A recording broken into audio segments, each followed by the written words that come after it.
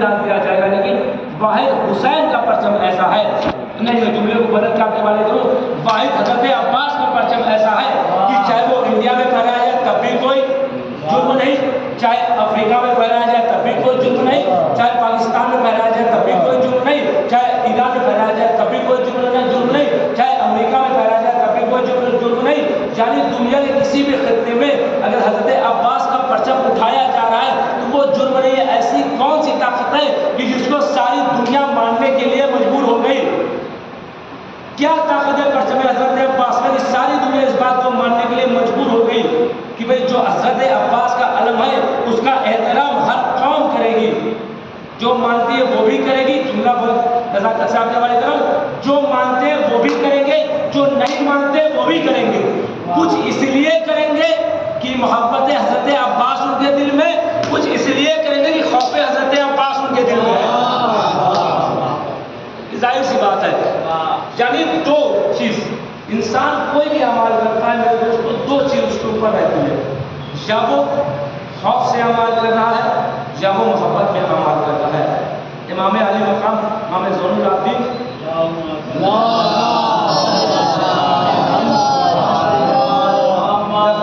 چھٹے امام کا دور ہے، شخص سے پوچھا میرے مولا چاہنے والے کیسے ہوتے ہیں؟ تو امام نے فرمایا کہ دیکھو جو چاہنے والا ہوتا ہے ہمارے چاہنے والے کئی قسم کے ہوتے ہیں۔ کیسے؟ پہلا وہ چاہنے والا ہوگا جو ہمیں اس لیے مانے گا کیونکہ ماننے کا حق ہے، اس کے دل میں ہماری محبت ہو جائے گی۔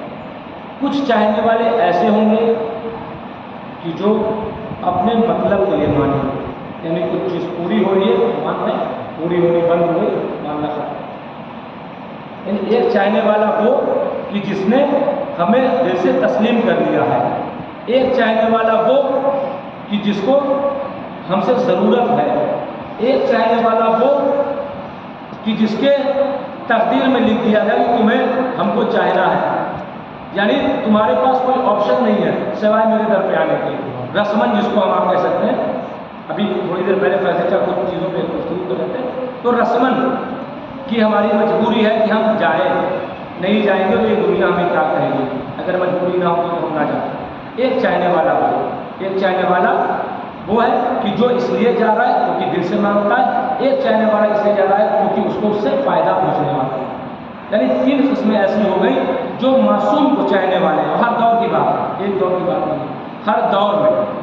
تو یہ ڈیپینڈ کس پہ کرتا ہے؟ یہ ہمارے پہ ڈیپینڈ کرتا ہے کہ ہم اپنے آپ کو کون سے چاہنے والے کی کیٹیگری میں لا کے رکھتے ہیں اور کون سے چاہنے والے کی کیٹیگری میں لا کے رکھتے ہیں۔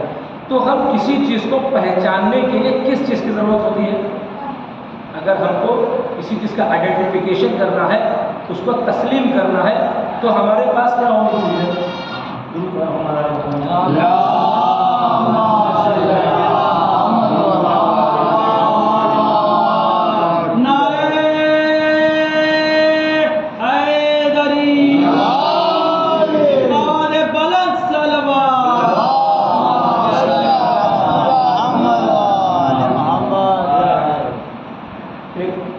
بہترین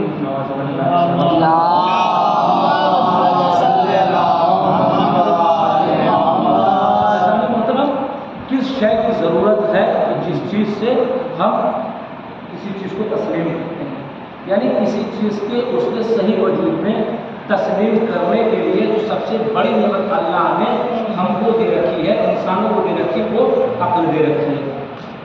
اگر انسان اور جانور میں تمیز پیدا کرنا ہے ہمیں، اور یہ آئیڈینٹیفائی کرنا ہے کہ انسان اور جانور کیسے الگ ہے، انسان اور جانور کو آئیڈینٹیفائی کرنے کے لیے جو سب سے بڑا معیار ہے وہ عقل کا ہے۔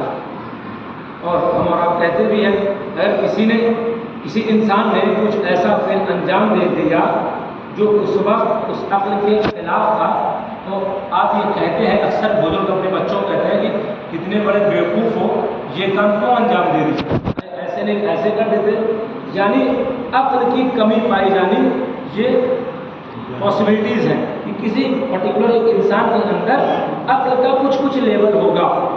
عقل اللہ نے سب کو 100% دی ہے، یہ بات میں دعوے کے ساتھ کہہ رہا ہوں، سائنٹیفکلی بھی پروف ہے اور اسلام کی نظر سے پروف ہے کہ اللہ نے عقل سب کو 100% دی ہے۔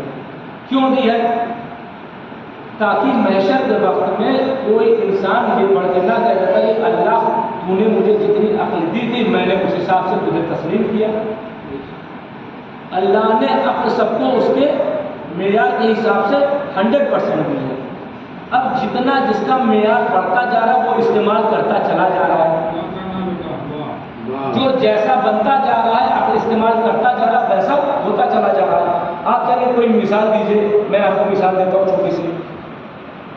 آپ اور ہم ایک ساتھ ایک میڈیکل انٹرنس میں ہم نے انٹرنس دیا اور میرا اور آپ کا دونوں کا سلیکشن ہو گیا، کالج ملا، ایڈمیشن ہوا.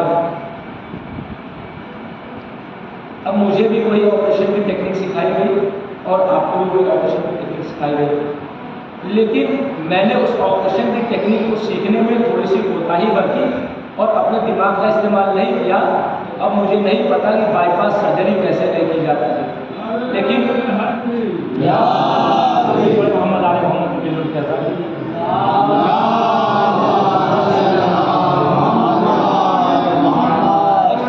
بچے ہیں 2 بجے میں آیا ہوں اور بڑے مشکل سے 2:30 بجے میں جگہ لوں گا. تو بات یہ میں کہنا تھا کہ میرے اور آپ میں یہ فرق آیا کہ پڑھائی تو ایک ساتھ کی